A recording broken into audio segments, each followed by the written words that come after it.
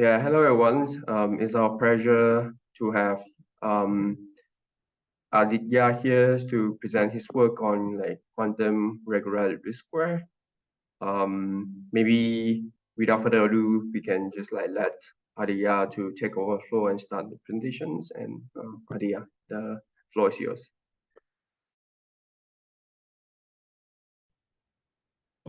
Thank you. So you're muted now, right? So Yeah, I'm muted. there's no echo. Okay, cool.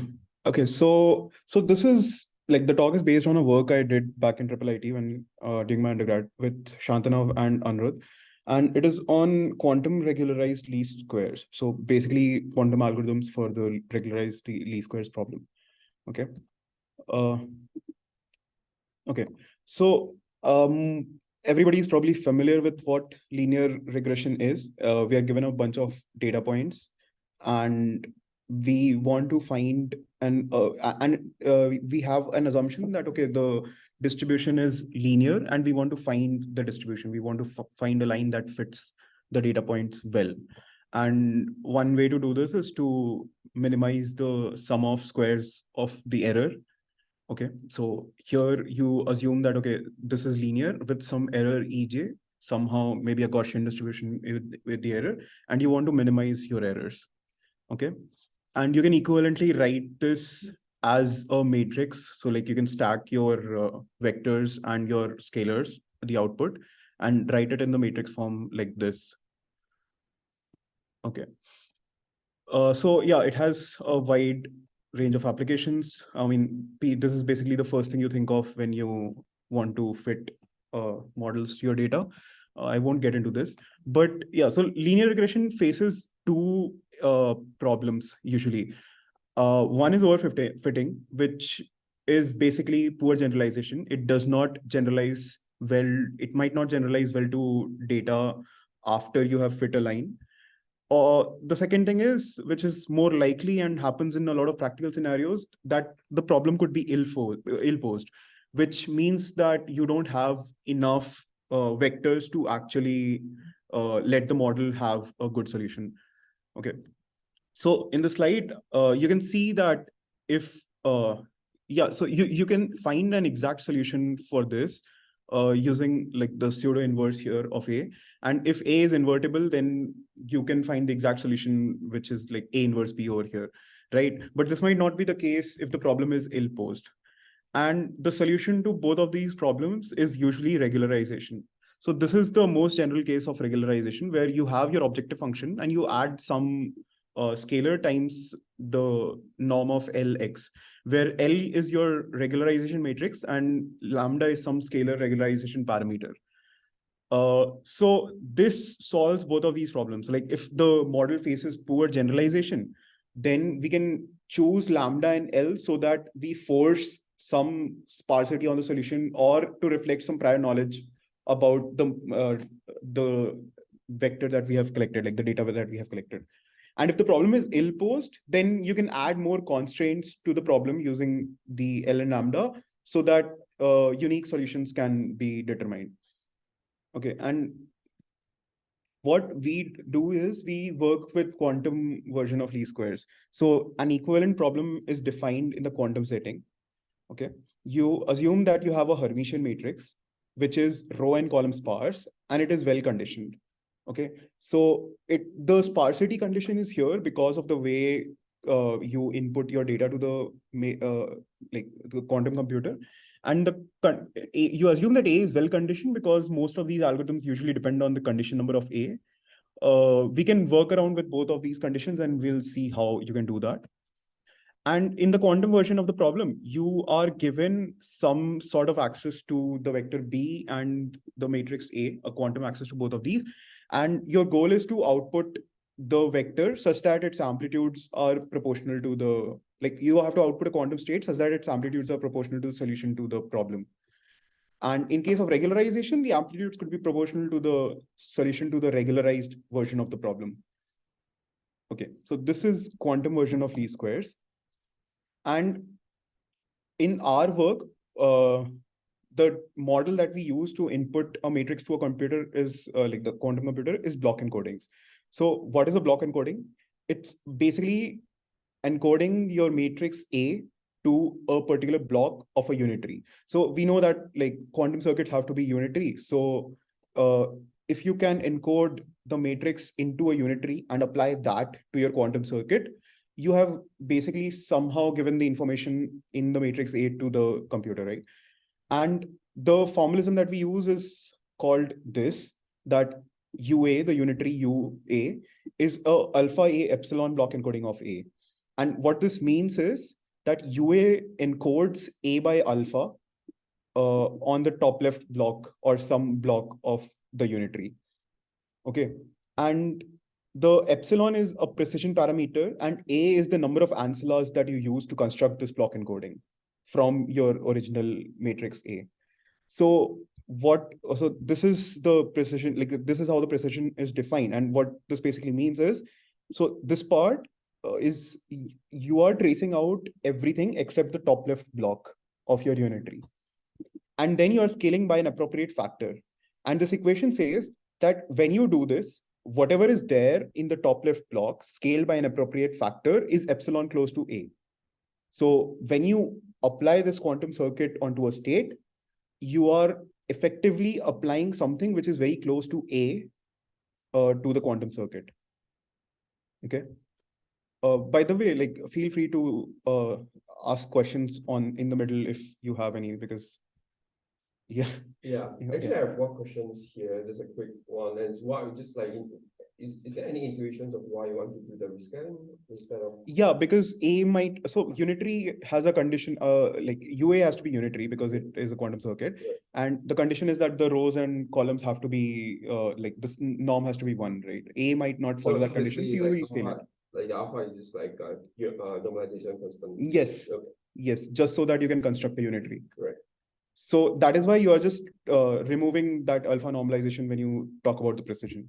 So you have something block encoded, whatever that thing is, trace out everything except that, so rescale it by whatever the encoding parameter was.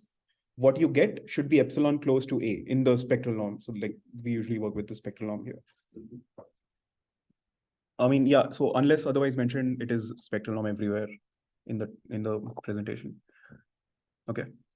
So this is the input model that we have. So all the matrices that we work with will be given to us in this model. Okay. And this is a generalization of the other models which were famous, like sparse access model and QROM model. You can show that you can construct a block encoding from either of these. So if you're given a matrix in the sparse access model or in the QROM model, you can construct a block encoding from both of these with polynomial overhead. Okay. And in our work, we consider the following problem now, that you are given a alpha A epsilon block encoding of the matrix A, which has a cost TA, and you are given a unitary B, UB, which prepares your quantum state B, and it has a cost TB. And now your goal is to output a quantum state proportional to this, so like the solution to the linear system. Okay. And note that you're not getting the solution, you're only getting sample access to the solution, which is like, I mean, yeah, it's a major misconception, used to be a major misconception to most people in the quantum least squares literature. Yeah. So if you want to regularize your model that you're working with, you can also input another block encoding. And now your goal is to construct a quantum state proportional to the solution of the regularized least squares. And since you have control over L and lambda, you can choose good regularizers so that this matrix is invertible. Like you can analytically find the solution and you can construct a quantum state using some algorithm. Okay. Yeah, we have a question from the audience. Yeah, I can. What exactly do you mean by? Okay, so the cost here is the cost of the particular block encoding, right? So I said that the block encoding is a circuit, it's a unitary, right? And when you apply that unitary, like in practice, it would have some cost. Like you would decompose that unitary UA or UL into elementary gates, right? Like Clifford plus T or Toffoli, right? So that would have some cost. So this TA could be any cost that you're concerned with. It could be the depth, it could be the gate count, it could be the time, it could be the energy cost of your circuit. So whatever metric that you're concerned with, that is the cost TA. So we are abstracting everything away. And what you're concerned with is how many queries you make to this block encoding.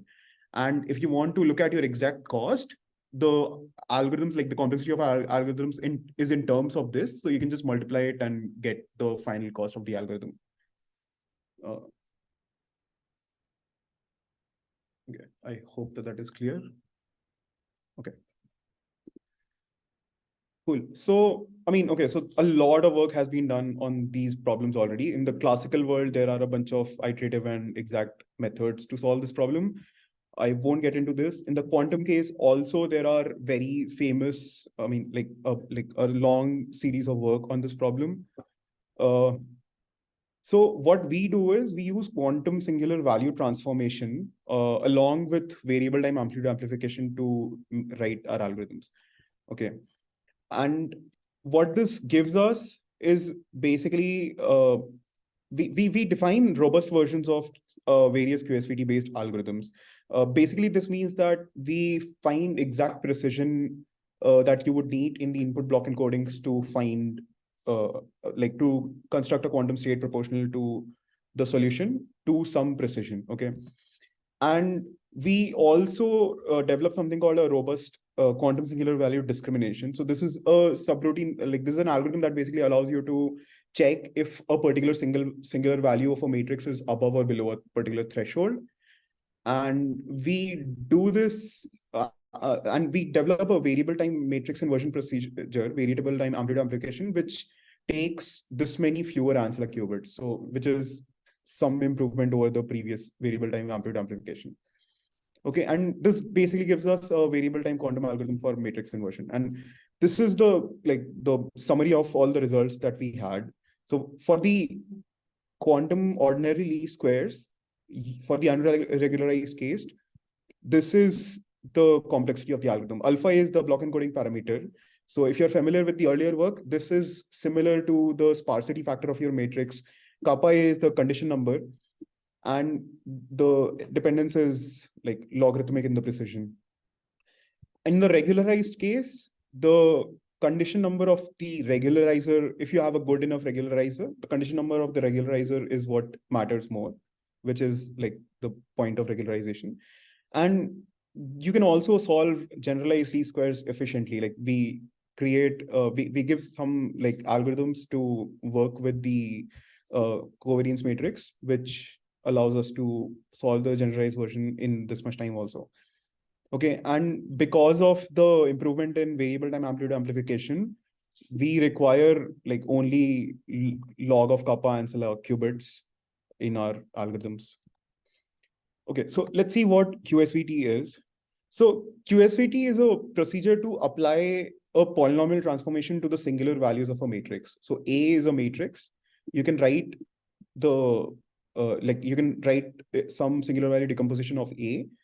And okay, so this should be PSV of A, not P of A. There's a typo here, which I realized. So yeah, so what this procedure does is it applies that polynomial to the singular values of the matrix. Okay, and Isaac Chuang and others like wrote a very nice paper calling like it a grand unification of quantum algorithms, because this gives you a framework to think about a lot of algorithms that existed in the literature in a unified framework, which did not exist for the quantum case before. Okay, and QSVT usually requires fewer ancilla qubits than prior techniques. Like usually it requires one ancilla to have controls. But like the problem is, the caveat is that it requires too many controlled operations. So this is not a good technique for like intermediate term or like not well error corrected large scale quantum computers. Okay. And the really cool part is that the circuit depth is proportional to the degree of the polynomial. So like the polynomial that you wanted to apply had like some degree, some fixed degree, and the circuit depth is proportional to that degree. So your complexity of the algorithm is somehow bounded by the degree of the polynomial. So like this is really cool, right? So how quantum singular processing works is you apply a series of rotations. So you apply a series. Okay, so quantum singular value transformation is built on quantum signal processing. Like quantum signal processing is applying a polynomial transformation to a scalar. And when you do this on each singular value space, like the subspace, you basically call it quantum singular value transformation. Okay. And how quantum signal processing works is you apply a series of X and Z rotations. Like these could be some other arbitrary rotations also, but we usually work with X and Z rotations. Okay. So there's some X rotation by some fixed angle, and there is some Z rotation, which is parameterized by a vector. Okay. So, and the final circuit that you apply is this. So you interleave the Z rotations with the X rotation. Okay. And the Z rotations are parameterized by this vector phi, and the X rotation is fixed. Okay. And if you like basically these people prove that when you have a circuit like this, it transforms the input X to some polynomial with these conditions. So the degree of the polynomial is bounded by by D, which is the number of times you applied this rotation. And P has some fixed parity, and there's a norm constraint on these. Okay.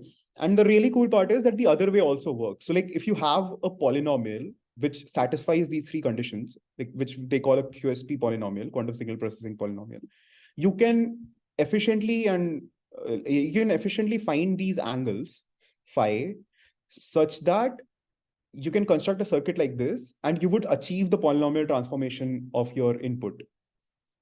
Okay. So now if you want to think about algorithms in this framework, you basically have to find good polynomial approximations that follow these constraints. Once you have this, QSP gives you a generic framework to construct a quantum circuit that applies that polynomial transformation. Okay. And this generalizes to quantum singular value transformation as I described earlier. So basically QSP is applied to each singular value subspace of the matrix. So each singular value is transformed according to this circuit. And that is what gives you QSVT. Okay. And yeah, so we define a robust version of this. And then a bunch of things that you had quantum algorithms for before, you could do using QSVT. Okay. So think about the problem of singular value discrimination. You want to find out if some value is above or below a threshold. So we know how to do this. It's called the sign function, but the sign function is not analytical. So what you do is like Martin and others, they approximated it using a polynomial. Okay. And this is like the dotted line here is the polynomial approximation to the sign function. Okay. And it behaves well outside this delta threshold. Okay. And you can use this polynomial to apply approximate the sign function on a quantum computer. And we show that, okay, this gives you QSVD, like efficient quantum singular value discrimination. Okay. Like shifted sign function basically tells you if a value is above or below, right? So that's what this is. So certified condition that you mentioned before? Logarithmic functions? Yeah. I mean, you can rescale it such that it does, I think. Okay. Right. Like if I'm not wrong.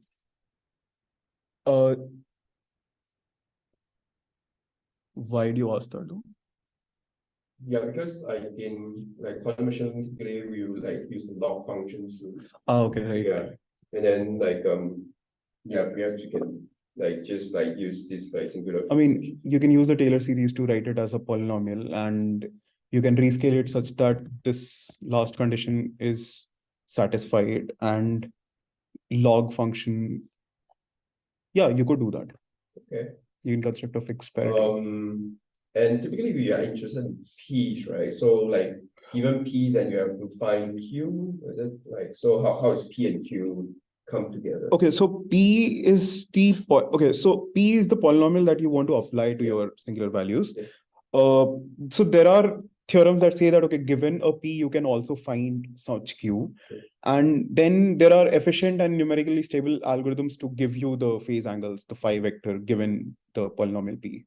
Right. So So you have P's, and then you have an algorithm that efficiently compute Q for you. Then with these two together, then you can get an angle. yeah, so I'm not very sure, but I don't think that you have to compute Q also. Okay. Like you can go from P, solve some system of equations to find these angles. Right.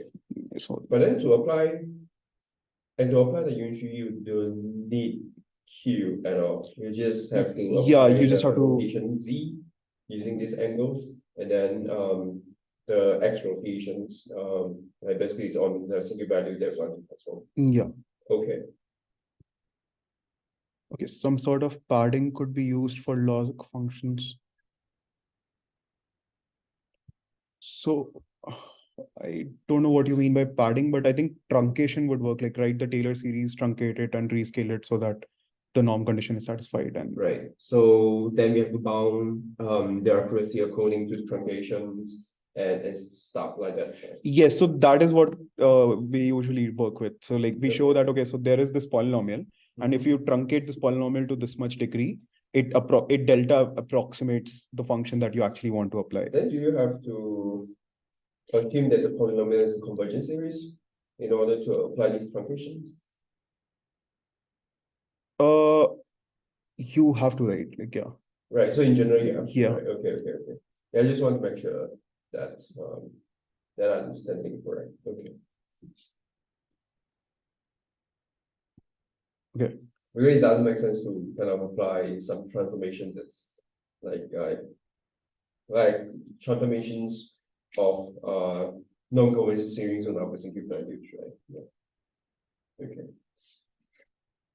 I mean, these are polynomial transformations. So. Right. Yes.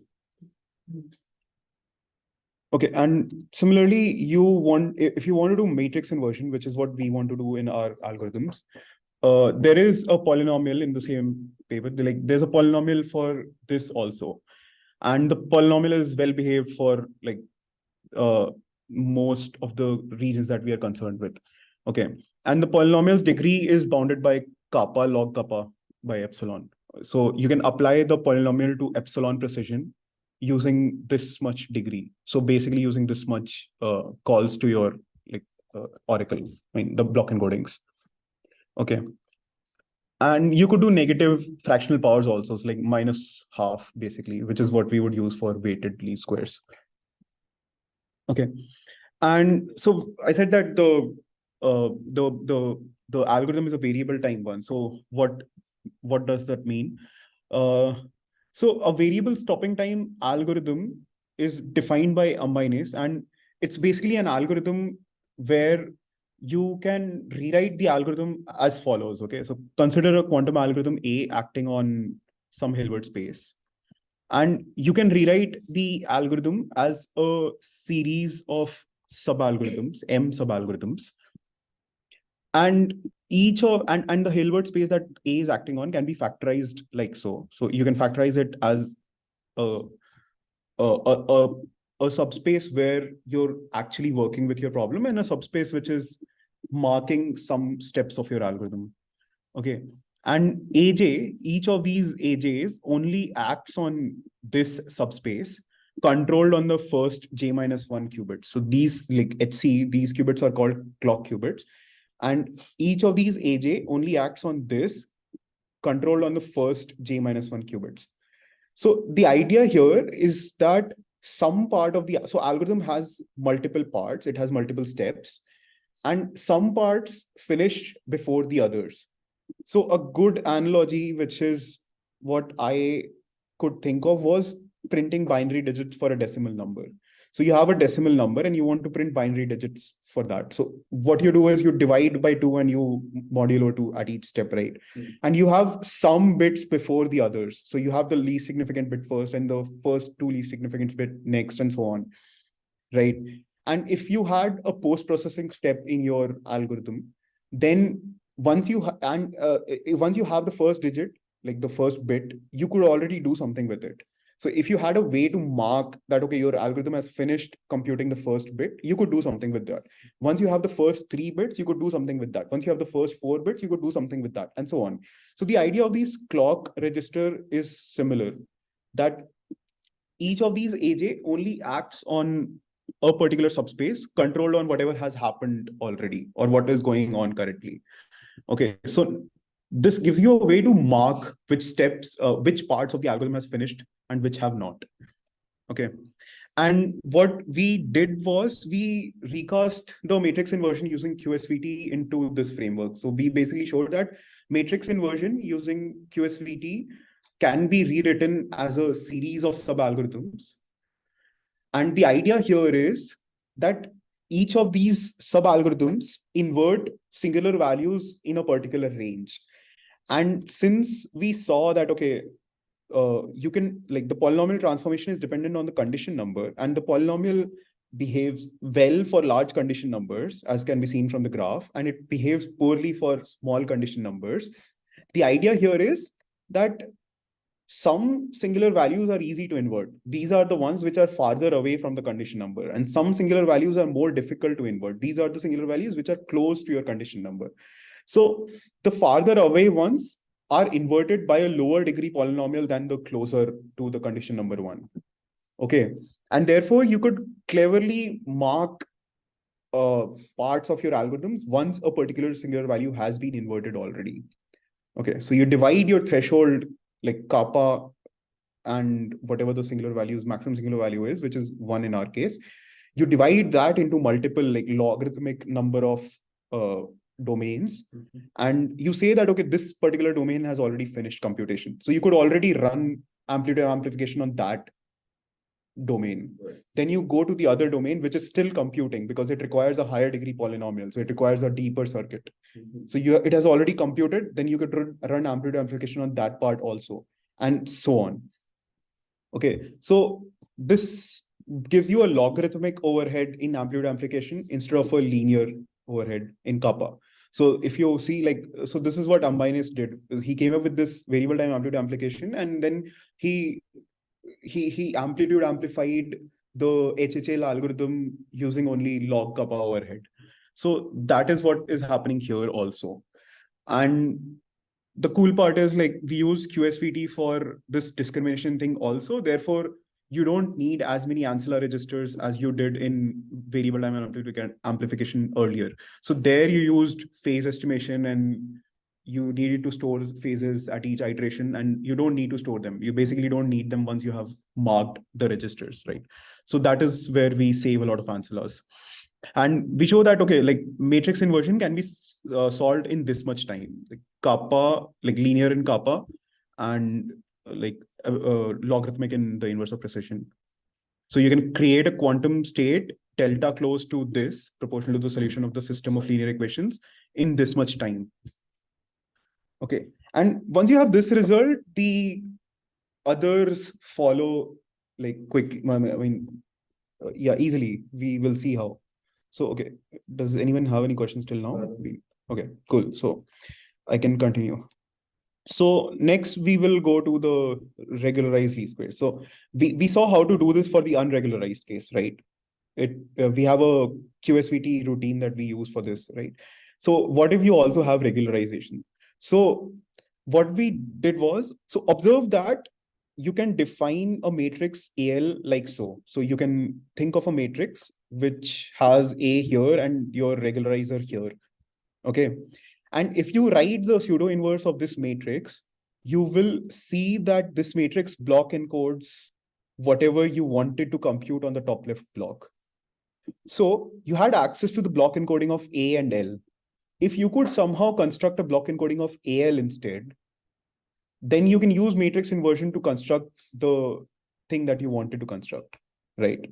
And then you can apply this thing to your register B along with some ancilla to get the state that you wanted here, right? Sir, will you repeat the first two again? Yeah, so, like, okay, so define a matrix AL like this. Okay. And okay, if you try to write the pseudo inverse of AL, you will see that AL block encodes the matrix that you wanted, the operator that you wanted to apply to B on the top left block. Okay. And when you and you can then apply this AL inverse to your quantum state and get the quantum state that you wanted. Okay. So if given the block encoding of A and L, you could construct the block encoding of AL. You could use matrix inversion that we saw in the previous slide to get the operator that you wanted, and you are done. So that is what we did. We took the block encoding of A and L. We used an ancilla to just augment the space, and we get an augmented matrix of A and L here. And then you use linear combination of unitaries to construct AL. So once you have AL, then it is easy. We already saw how to use variable time matrix inversion using QSVT. You can use that to construct the thing that you wanted. And applying this to the quantum state that was given to you as the input gives you the solution that you needed. Okay, so basically you have solved regularized least squares just by solving inverted matrix inversion. So that is the idea. And since we saw that the complexity of these algorithms depends on the condition number of the matrix that you're trying to invert, we now have to bound the condition number of AL, right? And we can show that for a good regularizer, the condition number is bounded by this. So it depends on the condition number of the regularizer for a good regularizer. There is a general case also in the paper, but I don't have it in the slide because it's usually not necessary. So you have a lot of control over L. So you could pick a good regularizer. And for that, you can bound the condition number in terms of just kappa L. Okay. So your complexity depends on kappa L. That is why the summary slides we saw, the complexity of our algorithms for regularized least squares depends on kappa L and not kappa A. If you want to see the full complexity, this is what it looks like. So it depends on, it depends on kappa, which is in terms of kappa L, and some norm factors and some alpha factors. Alpha factors are again dependent on the input model, so you can't get rid of them. It depends on how you are given access to your matrices. Okay. And so this is the slide of the complexity again, if you want to have a look at it. And so like I could conclude here, but like, so I have time, so I could go into like how we actually did the weighted and the generalized case also. So in the weighted case, you have to solve a problem where you have some weights for each of the entries that you have in your matrix. So basically you can think that each data point that you have has some weight. So some might be more important than the other and so on. Okay. And to solve this, you can also solve this in a closed form solution like this, like the closed form solution for this looks like this. Okay. And so like L2 regularized version of this also has a closed form solution. And now the problem is, given the block encoding of A, construct the block encoding of square root WA and for the weighted case, and given the block encoding of B, construct the block encoding of square root WB, which is easy to do using some controlled rotation because W is a diagonal matrix. Right. Then you can use ordinary least squares again to find your solution. And similarly, in the generalized case, your objective function now has a like some covariance matrix which gives your correlation between two data points. So this is the more generalized case of the weighted case. Okay. And for this also, you can write closed form solutions. And similarly, if you have a way to construct the block encoding of omega to the power minus half A from the block encoding of A, and you have a way to construct the block encoding of omega to the minus half B, you can use ordinary least squares to apply the operator that you want, and you are done. Right. Yeah. So here, I think we are done and before time. Right. So like we had some future directions of work. So basically like the same year, Isaac Chong like and some other people basically like came up with a more general case of QSVT where we could apply different polynomials to different parts. And we think that the ridge regression case can be solved easily using that. So we haven't done that, but it's still open. And so can you, so the other thing was that we think about was, can you write the, like, can you use the sample and query access from Evan Tang's work to develop these algorithms also, like QSVT equivalent algorithms also? So these were, yeah, these were interesting questions that are still open. I would end here. Great. Thanks, Aditya, for the very interesting talk. Yeah, it's very clear, and you kind of like, especially I like the talk that you like the part where you show how can we incorporate the regularizer into our metrics, and then like just tensor product and use the sum of unit trees, linear combination of unit trees, and then like do the trees. Yeah, it's like over here, of course, like all of the quantum algorithm that we have, like they're all Oh, by the way, for the audience, if you have any questions, feel free to unmute yourself to ask the questions or type in the chat, then we can just answer the questions. But for me, just like very typical questions over here. You kind of like have quite a few assumptions about the effective preparations of the state. And like for the regularized case, then you have to prepare the linear combination of unit trees.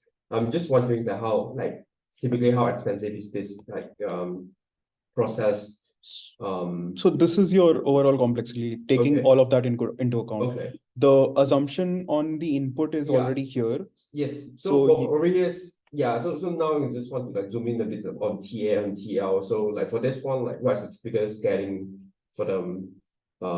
Is it polynomials or in terms of it is so in the sparse access case, it is polylog.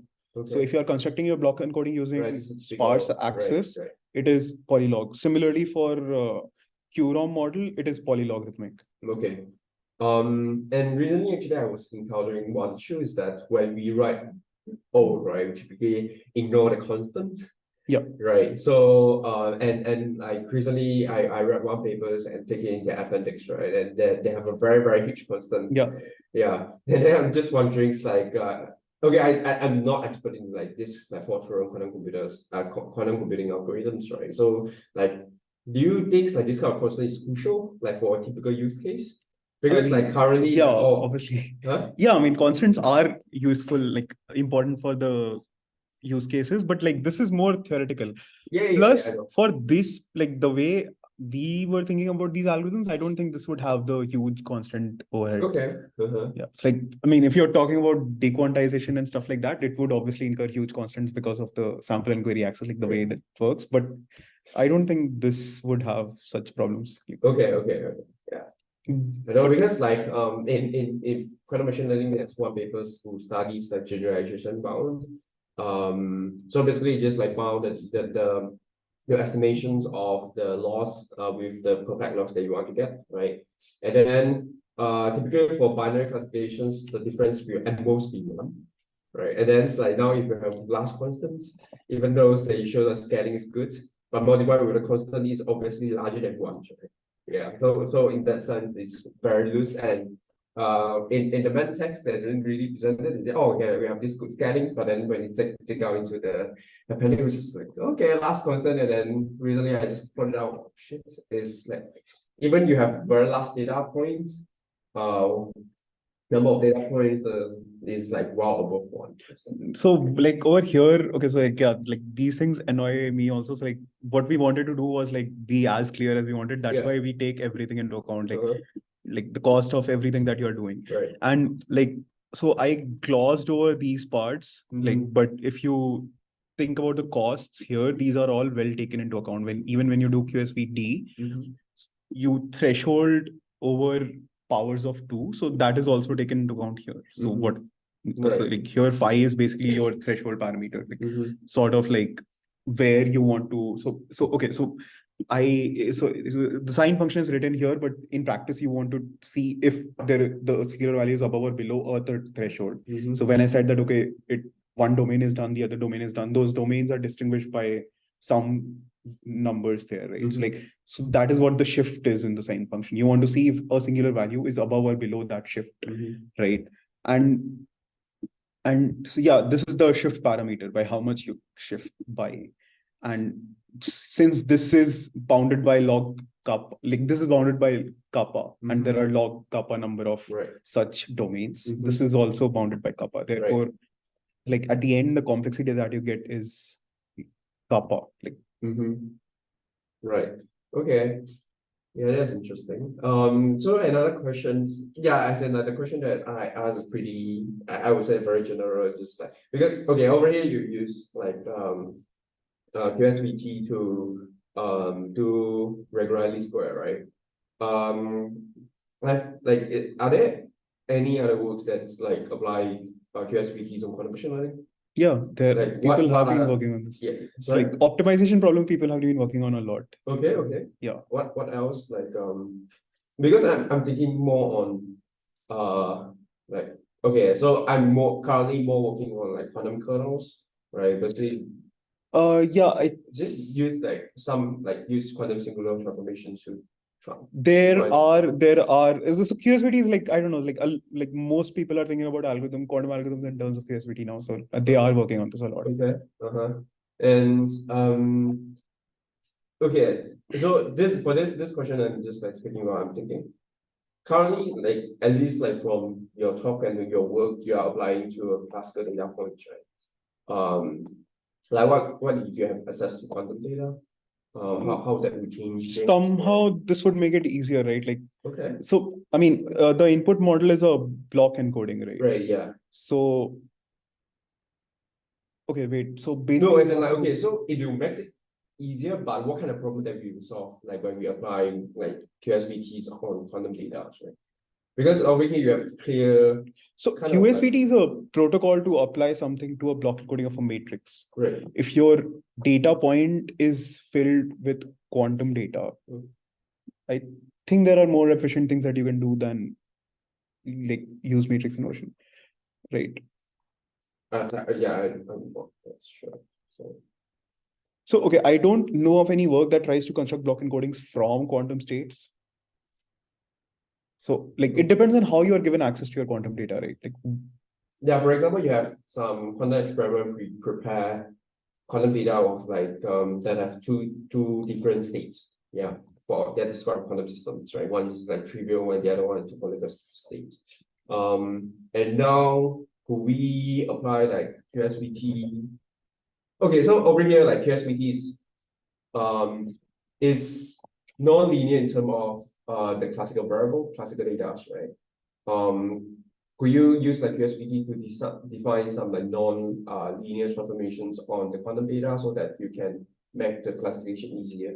Because typically we will just like apply some unitaries on that, right? And then just do some like for example fidelity measures to measure that distance. so QSVT applies polynomials to singular values, right? So if you can transform your quantum data in a way that you can input it as a block encoding to your algorithm, and you can and the transformation that it doesn't have to be linear. Like okay, so I mean, okay, you're talking about okay, like let's say we have quantum data in terms of the density metric form. okay, so yeah, there is work on this. Okay. Given a density matrix block which is block encoded somehow into a unitary, you can do efficient things on this. So like I don't remember which paper it was. I can find and send it to you. But there was a paper that was trying to find some properties of quantum states using this technique. Okay. Yeah. So is this work recent or no? It was the same year. So like okay. This came out. Like, it's been a while. Yeah. Okay. So like 2-3 years, I think. I see. But I mean, yeah. So what I'm saying is essentially that if you have a way to, we are talking about quantum data, depends on how you have your quantum data. If it is in the form of a density matrix, you can block encode it and do things with it efficiently. Like if you can think of polynomial transformations that work in your case, then you can use QSVT to apply it. And so like the reason the grand unification paper says that QSVT applies nearly arbitrary polynomial is because any fancy polynomial that you think of, you can usually truncate it and rescale it somehow so that it becomes a QSP polynomial and you work with it. Okay. So that is what I have seen generally. Like, right. So that's why this technique is very powerful. Like, if you can think of a way to input it efficiently to the QSVT circuit, then you can do arbitrary things with it. Okay. Like the more important thing to really is the block and encodings that you have to put in. Yeah, I mean, so density matrix is one way to input quantum data. Like you said you have a quantum state that is something or something else. So like density matrix is one thing that you could do. There are other things also probably that you can do. I mean, so I don't remember what the paper was trying to do. I'll find it and send you. It was interesting. I remember like reading it long back. It was interesting. Okay. Yeah. Okay. Cool. Yeah, I think yeah, maybe you can end the seminar here. And yeah, thanks like Aditya for the very interesting. I learned quite a lot over here, and especially from like this like separate this like just like put the algorithm into like parts. And then you just this is really cool. Yeah, you should read Ambani's paper. Like it's really cool. Like, really so it was like, oh, okay, now it saves a lot of time because like we can basically do the classical post-processing while we kind of doing the quantum computations. You can do classical post-processing because then you will have to measure parts of the state. Okay. So sorry. In our case, the post-processing is also quantum. Like you want to amplitude amplify. So if you have a fixed domain, then amplitude amplification is basically a controlled rotation. Like if the domain is bounded the way it is. Regardless whether it's classical or quantum processing, but this basically kind of like give me a new way of thinking the algorithms. Because typically we're just like, okay, I will run this first and then do measure whatever things that I want to, whatever quantum or classical post-processing. Then I will just repeat that again and again without like thinking that okay, I actually can use some like post-process some intermediate information. Yeah, it's cool. Then they'll definitely have a look on this paper. I think there'll definitely be some applications. Okay, so we can stop over here. Thanks again. Thank you. Yeah.